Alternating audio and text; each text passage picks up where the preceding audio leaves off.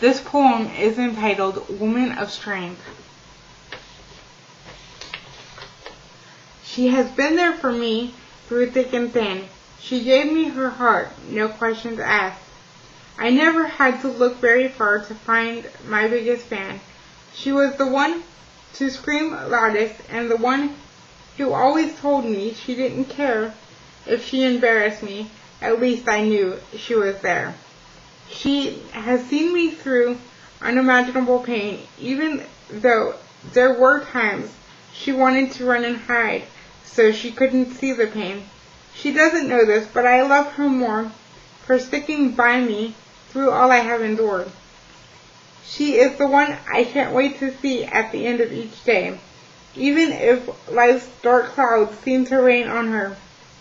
She knows just what to say to make me smile. I hope I possess some of the characteristics she has which make her a woman of strength in my eyes.